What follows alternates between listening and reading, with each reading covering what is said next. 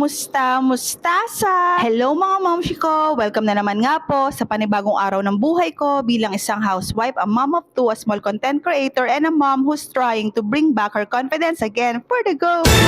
At dito ko na nga sisimulan mga momshi ko. Ito nga po ay kahapon, Miyerkules, May 21. Gising na nga kami ng mga oras na yan mga momshi ko at gising na nga rin si mama. Nag-aalmusal nga si mama dyan at sinabayan pa nga nung dalawa. Maya-maya nga lang mga momshi ko ay dumating na nga rin si Daddy Bong at meron nga siyang dalang sariwang buko. Tuwang-tuwa nga rin si Ate Aki dahil gustong-gusto nga rin niya yan mga momshi ko. Sarap na sarap mga momshi ko yung mag-ama, kaya naman ayan, nainggit na nga ako, kaya naman nakahingi na nga ako. Opo, salamat.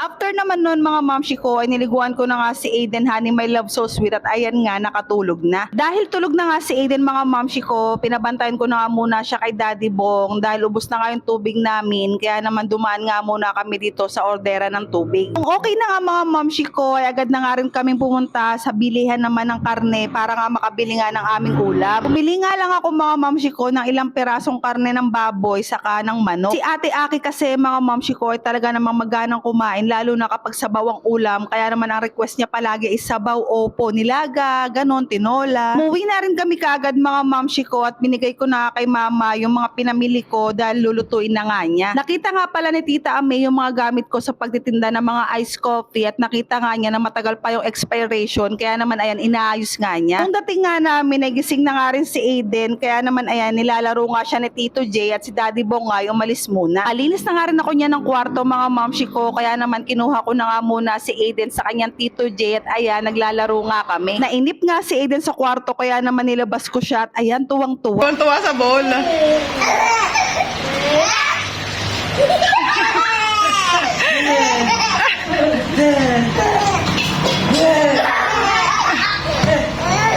Tingnan nyo mga momshi ko, talaga naman tuwang-tuwa dun sa bola. Halos hindi na makahinga, kakatawa, opo. Woo! Pagkatapos naman yan mga momshi ko, ay kumain na nga kami lahat ng tanghalian at si Aiden naman ay pinakain ko nga rin nung ginawa kong kalabasa puree. Gustong-gusto nga niya yan mga momshi ko at talaga namang nang-aagaw pa po ng kutsara, opo. At nung busog na nga si Aiden ay ayan, at niliguan ko na nga rin si Ate Aki. Katapos ko nga maliguan si Ate Aki mga momshi ko, ay nag-exercise ako ng mga 30 minutes lang at naligo na nga rin ako. Lumabas nga kami ni Ate Aki mga momshi ko para bumili nga ng condense at nilakad na nga rin namin para kako exercise na rin. Yes! Bumili nga pala ako mga momshi ko ng condense dahil merong uwi si Daddy Bong na mga avocado. Nag-request nga mga momshi ko si Daddy Bong na gumawa nga raw ako ng avocado shake gaya nung tinitinda ko dati. Ang gaganda nga ng mga avocado mga momshi ko dahil maliligat, opo. Tira nga ako mga momshi ko ng 3 peraso para naman nga yan kay Aiden dahil maganda nga yan sa mga baby mga momshi ko, brain food kasi yan. Alam nyo ba mga momshi ko, chika ko lang sa inyo, nung nagtitinda pa ako, talaga namang napakabilis maubos ng avocado shake ko. Bilis siyang maubos mga momshi ko dahil bihira nga ako makabili ng avocado plus ang mahal pa nga. Pero basta mga momshi ko, malaman ng mga customer ko na meron akong avocado, nako saglit lang ubos na. Ako namang mga customer mga momshi ko, ang papagawa nila sa akin is gagawin ko siya ng gabi, tapos gagawin ko nga siyang frozen avocado shake. Tapos ipipick up nila kinabukasan or kaya i-deliver ko dahil nga raw para na siyang ice cream. Ito naman ay talaga namang mga naririnig ko na mga feedback dahil sobrang creamy nga raw talaga nung aking avocado shake saka ng aking mango graham shake. Alam nyo mga momshi ko, wala naman talaga akong ibang ingredients talaga sa aking avocado at mango graham shake kundi mismo yung avocado, yellow at saka condense. Alam nyo ba kung anong sekreto ko kung bakit sobrang creamy talaga ng avocado at mango graham shake ko? Isa lang mga momshi ko ang sekreto, dapat sobrang tigas talaga ng yellow. At syempre, huwag yung titipirin yung pinaka main ingredients gaya ng avocado or kaya mangga. Hindi ko rin dinadamihan masyado ng condense, yung sakto lang dahil ayaw ko rin nga no sobrang tamis saka na-overpower niya talaga yung pinaka main ingredients. Ginawa nyo nga yun mga momshi ko, maniwala kayo sa akin, sobrang thick at creamy yung kakalabasan. Lalo na mga momshi ko kapag nilagay nyo sa freezer para talaga siyang ice cream pero hindi talaga mawawala yung lasa. Woo! At ayan mga momshi ko, tapos na nga akong gumawa ng aming merienda na creamy avocado shake. Yes! At ayan nga mga mamshi ko, una ko na nga binigyan na nag-request ng merienda na ito. Opo, si Daddy Bong. Tinanong ko nga siya kung okay nga yung lasa at sabi nga niya ay okay at hindi nga raw nagbago. Yan, katik at creamy mga mamshi ko ang kakalabasan ng inyong mango o avocado shake basta sobrang tigas talaga ng yelo. Katapos ko nga mabigay kay Daddy Bong yung kanyang avocado shake mga mamshi ko, ay umakyat na nga rin ako dito sa taas dahil dito nga nakatambay sila mama. Hindi na nga tambayan dito dahil sobrang luwag na dahil nga nilinis ni mama. At ayan, pinatigim ko na nga sa kanila yung aking bestseller mga mamshi ko nung nagtitinda ako at masaya nga ang puso ko dahil nga sa wakas natikman na nga nila mama at nasarapan nga silang lahat.